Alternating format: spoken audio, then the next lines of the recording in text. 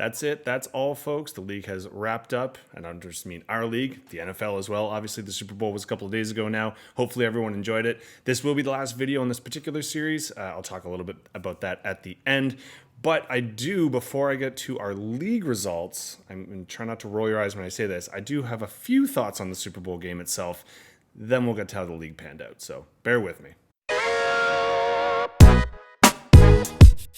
Try my best to keep things down, so I have a few bullet points, 3 main ones, but there'll be tangents involved, not unexpected. Speaking of which, that is my first one, expected versus unexpected. I think the game went pretty much like I thought it would, and I actually have video evidence this year to suggest that I'm not just making that up to make myself feel good. I kind of expected a lower score game. It was. I mean, you added 10 or 9 points total if you include overtime, which I didn't necessarily think was going to happen. But I kind of thought this would be more defensive battle. Definitely was. Kansas City's defense, the bend not break. So San Francisco was able to get yards, but not always points. I think that was fairly expected. Brock Purdy was pretty much how he's been all year. He was serviceable. He made some of the throws he had to make. He made a couple decent throws, missed a couple targets.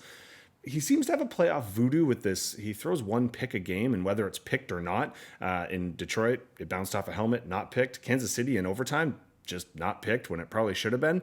But other than that, no massive mistakes. He had a fairly clean sheet and did a good job. McCaffrey, save for the one unexpected issue, had a dominant game at times and could run through almost everybody. I'd say the unexpected for San Francisco, Kittle kind of had a fart of a game. I mean, don't forget, though, his largest reception was actually called back because of holding. He should have had at least 15 to 20 yards there, but never really got going and did get bumped a few times off the ball late.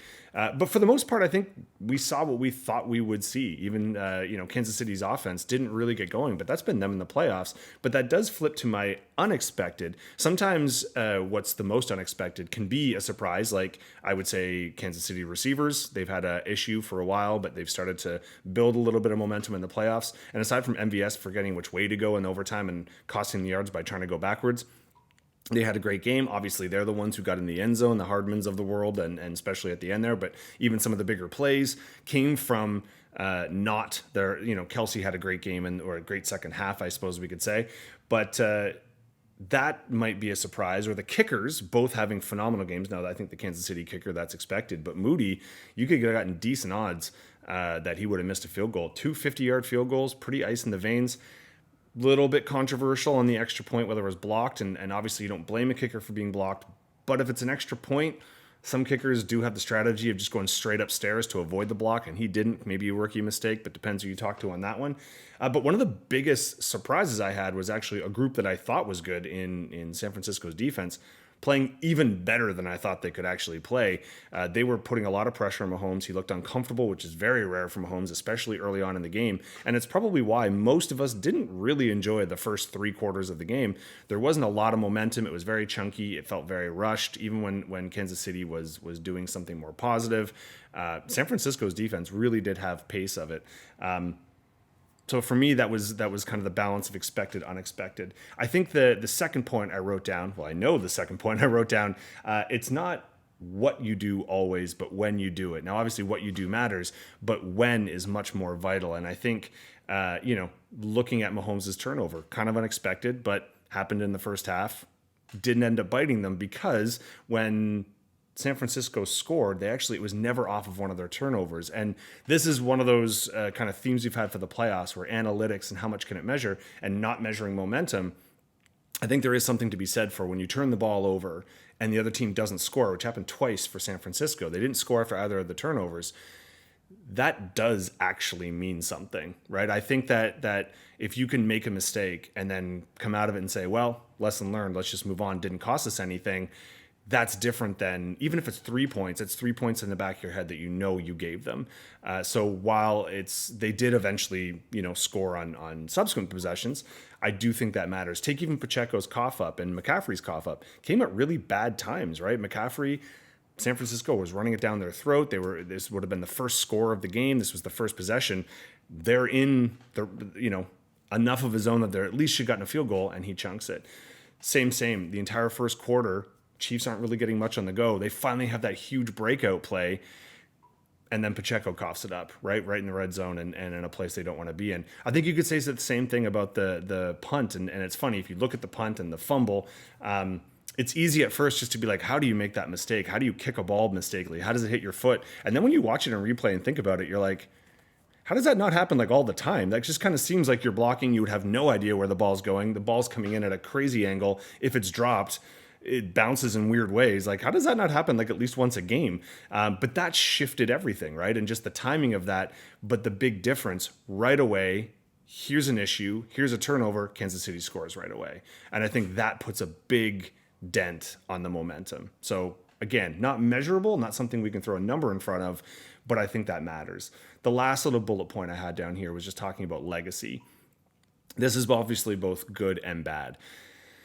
Poor Shanahan. I think you look at the number of times he's had control of a team who's let leads go, and then in this particular case, I would hope, and it doesn't really always go this way. You've already now, there's been a couple days, we've already consumed enough Super Bowl related content. Some people are blaming, some aren't. The biggest one coming down to the decision to go first in overtime as opposed to deferring and taking it second.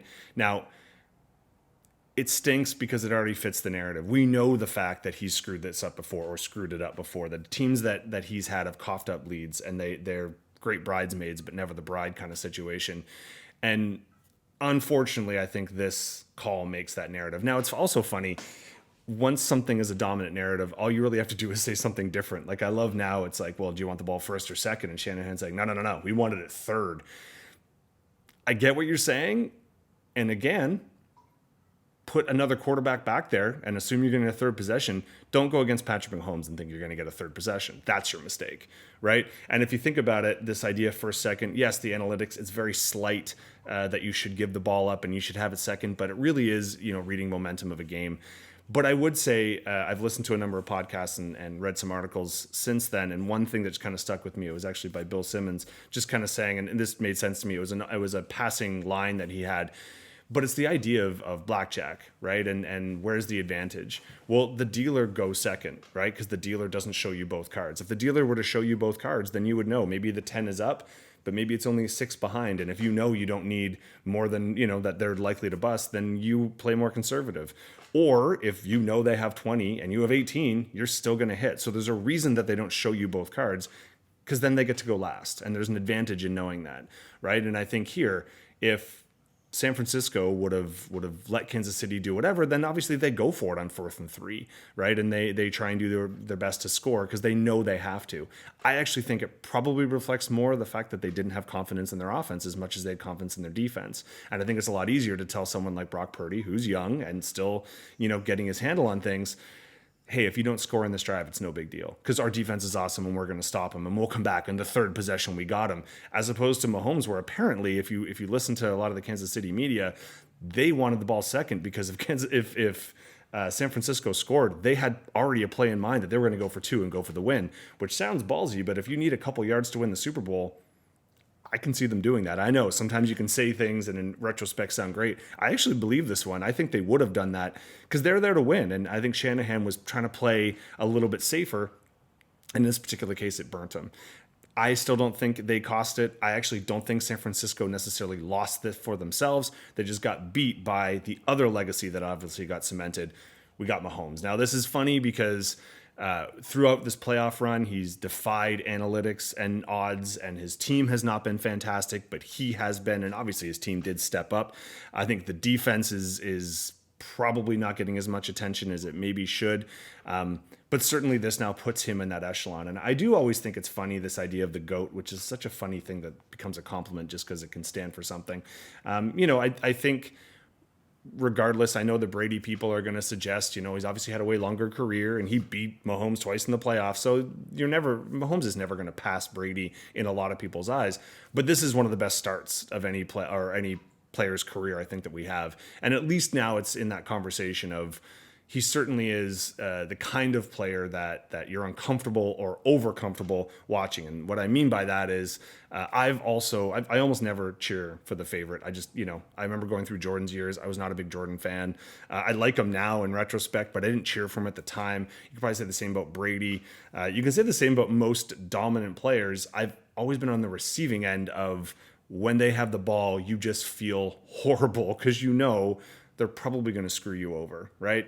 And Mahomes is definitely now, this particular game, I was cheering for the Chiefs. I'm fortunate enough in a keeper league, and I know as I say this, there's a player with us, Mike Pollock, because the year that my team drafted Mahomes, I couldn't make the draft that year, but I wrote him down as the guy I wanted, and he took him for me. And I guess in retrospect, I probably deserve at some point in time to trade Mahomes to him as a thank you. But I've always cheered for him because he's always been on one of my teams. So that's always been quite nice. So I just felt more natural to cheer for him. And it's weird to be on the other side of it where you're just quietly confident. Like I said, I was on a media blackout because we watched the game with a bunch of people here in Geneva, which was great. Most of them didn't know much about football. This was their first year of fantasy football, and so this was a big learning experience, but everyone was super positive, really excited. There was a mix of people cheering for people. But one of the most fun parts was especially a new person to it, was so nervous when Mahomes had the ball. They were down and they were going through. And realistically, I wasn't even being a jerk, but I'm like, relax. Like it's you're not in a bad. This is tons of time. You're okay because you just have this blind faith that he's going to do what he needs to do. And honestly, it is a rare thing. I mean, I didn't mind Peyton Manning. I didn't have that same feeling with Peyton Manning, but I definitely did with Brady, right? Even in basketball, LeBron James is great, but I don't have that feeling when I watch him play, but I did when I watched Kobe Bryant. You just knew at the end of the game, I think even actually, to be honest with you, not my words, if you notice a little picture in the YouTube kind of group here, when I was fortunate enough to meet Dirk Nowitzki, he actually said that, so it made me feel better about myself when he came to a former school that I was with, and it was a Q&A session. A kid asked the most intimidating or dominant player you've ever played against, and he told a quick story about Tim Duncan or Shaq throwing around, but he literally said, he's like, but by far, he's like, the scariest player to be on the floor with is like, if Kobe Bryant wants to win, you can hit him with a chair. It's not going to stop him. And he's like, quite literally, I spent so many times just trying to do anything I could to get him off the game. He's like, it just doesn't happen. He had that presence. And I think Mahomes is in that conversation. And even more so as a quarterback, you just have control of everything. So whether it was going off script and making some of his runs or just making some of the reads he did, you just have that quiet confidence. And obviously no one's going to win every time, right? He's going to cough up a few and he's going to make some mistakes, but it was a weird experience for me. Normally I'm on the other side of that coin. So that was kind of my Super Bowl experience. But I definitely do think it cements the legacy a little bit. And even more so, it's funny how quickly we forget. So once again, I'm in a position where I will not be making any bets. I can't do that here in Switzerland. But if I was back home, I do live in a place that if I was go out for a celebratory cocktail, it's going to cost me about 20 francs, or let's say around 30 Canadian dollars. Instead of going out for that forgettable old fashioned that I would not remember I had, right now, the Chiefs to win next year are anywhere, depending on your sports book, between plus 650 or plus 750, let's say 7-1 odds. I mean, I'm likely to forget the old fashioned, but I certainly would just be thrilled if suddenly that turned into something. We forget, though, every time he's on the team, they have a chance.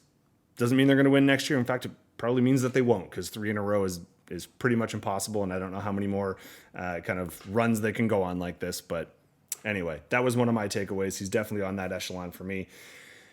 But speaking of why I might be going for a celebratory drink, that does lead us to our pool. So let's go and take a look at the final results and maybe players that we should have picked on a little bit earlier.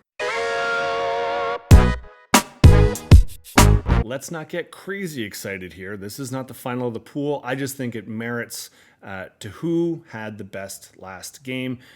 Unfortunately, as you see here, though, one name stands out. My dad did actually do quite well, and he had a great last game. Shea and Horst, though, both quarterbacks. Mahomes with 29 and Purdy with 17, so they were able to cash in on that. Now, obviously, everyone having McCaffrey. He was the second highest scorer in the Super Bowl with 20 points, which is why most people had at least 20, except for the one guy who didn't take him. Sorry, V.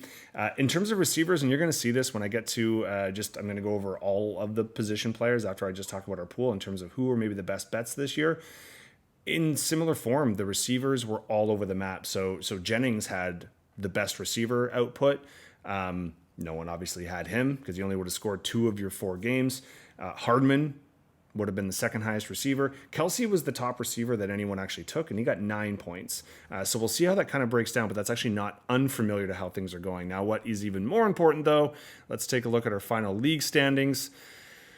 As I said, some people had some great Super Bowls, so that's why Horst, Shea, even myself, Kent Rushke, they jumped up in the Super Bowl. They did a good job of capitalizing on that last round, but no one was able to crack the top 5 that we had set, even though it was 6 people. So with Corbin and Jim still tied for 5th going into the Super Bowl, had the same points in the Super Bowl, so they're still tied. Chainer is just the last one out on the podium. Sorry, buddy, but I think you saw that one coming. You didn't have a lot of unique players to kind of jump over Jake. Jake, congratulations on the bronze. It just seems like I hit auto record or auto play from all the other times that I've run a pool and you've finished on the podium. Somehow you dominate or sometimes you sneak in, but either way, usually this is around that time where I start talking to you again. So congrats, buddy. It's a well-earned bronze. When it comes down to the top 2, so this was kind of an iffy one. I'll be honest, and again, don't feel bad about losing to my dogs in a pool. It was not just them sniffing, as I've said before in a previous video. This was just one of my brackets. I made 2 very differently. I do this for most of the pools that I can have an extra bracket in, but yes, I will make sure I go and get, there's a really nice treat that we don't always give them here. It's a bigger rawhide wrapped in this kind of chickeny dried. Yes, they were going to get treated well with one of their favorite snacks or their favorite snack. So do not worry. But probably the most disappointed person in the Super Bowl has to be my dad. Now, if you know my dad, he is actually pretty happy just to be in the hunt. He likes the fun of a game mattering a little bit more. So I think in the long run, he's still cool that he got a bronze or a silver medal on this one. But knowing that he's 3 points off, and especially knowing that he had George Kittle as the main person who needed to do anything. And I mean, Kittle had that one catch called back in the first half. If you remember, it was about a 3rd and long. They converted. So I think it was around the 20-yard, would have been a 20-yard-ish reception, but it was called back due to holding. That might have been worse because then he would have had 2 points and he would have been short by 1. But unfortunately, Dad, sorry, he didn't get, Kittle didn't come through with you. Mahomes did, though. He was a great pick, and I'll talk about that in a second. You get our silver. 2, Waddy and Hatari, congratulations to our gold medals. They are the cutest of all of us in the pool, so no offense. They probably deserved it on that one alone. But just to take a quick look at the positions, because I'm always curious maybe what I should have done in a league like this, because who knows, right? I just made up the scoring anyway. Not that many people had Mahomes off the get-go. My dad did. If you did, you definitely cashed out because he was our quarterback 1. Allen and Baker, though, round out our top 3. So I think your best play probably would have been to take Mahomes and Allen, what actually my dad did. And then as Allen went out, if you jumped onto Purdy, and actually that's not, my dad went safer, went Lamar so we'd have one in the final, and that decision may have cost him. I don't think he regrets it though, because I think that was the strategic play. And honestly, I don't think Purdy should have been in the final. I do think Detroit should have held on. So ifs and buts are candy and nuts, but I think that would have been the play for people. Now, in terms of the running back, we all made the right call because we all, except for one of us, had CMC there. So he was by far the RB1, and I think that's not a shock. Now, Pacheco was one of the more common running backs taken, so I think we can feel pretty good about that one. But nobody had Jones, and he would have been the number 3. And then some people had Gibbs or Monty, and they would have by far been your best options. Everybody else really just kind of cooked people. A lot of people took Gus or Cook. Cook has to be more disappointing because he got, he really had a good run coming into the playoffs and just didn't do much. So unfortunately, most of us were probably disappointed on most of our running backs. Left a lot of points to be desired there. So something to be said if you think someone can go off early, even if they don't go that far. Maybe something to look at in the future. Wide receiver, this has to be now. I've only run this pool, I think, twice, so I don't know if this always tends to happen, but what a crapshoot at receiver. Kelsey, if you took them, you are happy, and a lot of our top scorers did take Kelsey because that was a massive advantage. Someone like St. Brown didn't necessarily have that like breakout game, but was just around for 3 rounds, which not a lot of players can say. Weirdly enough, Rice would have been the 3rd, and I mentioned him at the beginning. He was actually, the dogs had him in the bracket instead of Kelsey, so I am glad I made that move in retrospect. But what really became shocking here is we had the opportunity to take people like, Jake Ferguson, who apparently left the pool early to finish 3rd. Puka Nacua having a great first game and then not coming back, but would have still been a great pick. Evans, my dog did have, but if you look at our top 10, aside from Kelsey and St. Brown, Evans was really the only one that anyone actually invested in. Now, I think Shea did actually pick Nico Collins, so he was our 10th best and only played 1 game. So this was a super weird year. Scrolling all the way down. Now, remember, I stopped taking for some people, but Juszczyk was almost as valuable as Diggs, and that is crazy talk. especially considering the number of people that had Diggs breaking out. CeeDee Lamb was obviously a huge disappointment for a lot of people because he wasn't supposed to go out first. Deebo Samuel has to be probably the most disappointing, though, because he was a little bit injury concerned. But you'd think with San Francisco doing as well as they did, he should have gotten more love. Kittle, as I mentioned, my dad's probably thinking he's dead to him at this stage because he scored as much as Jennings, and Jennings only scored in 2 games. But so did Kittle. He had the big one game and then just hasn't done much in the last 2. I do think Ayuk kind of saved himself a little bit here, but top 12 for probably one of our most commonly taken wide receivers. So just goes to show it's the NFL. Who the crap knows what's going to happen? So just take the people that you like to cheer for because ultimately you're going to have a better time. This has already been longer than I thought it was going to be, but let's be honest, that's not a huge surprise. Get a little bit of coffee in me and see what happens. But this will be the last time that a lot of you have to hear my voice on a weekly basis if you chose to do so. Now, for some of you that have just been in the playoff pool, it's only been a couple weeks. For some people that have been fantasy football and playoffs, this has been last couple months. But don't fret. In about a month's time, you're all going to be getting an email because don't forget, March Madness is right around the corner and I have some big ideas for that. So for some of you, I might see you next year. For some of you, maybe next football season. Hopefully a lot of you, maybe in a month, we can hook back up and talk about March Madness. Or if you're in the greater Geneva area, maybe this weekend. But either way, thanks so much. I hope you enjoyed the videos. I definitely enjoyed making them. So until next time, take care, crew.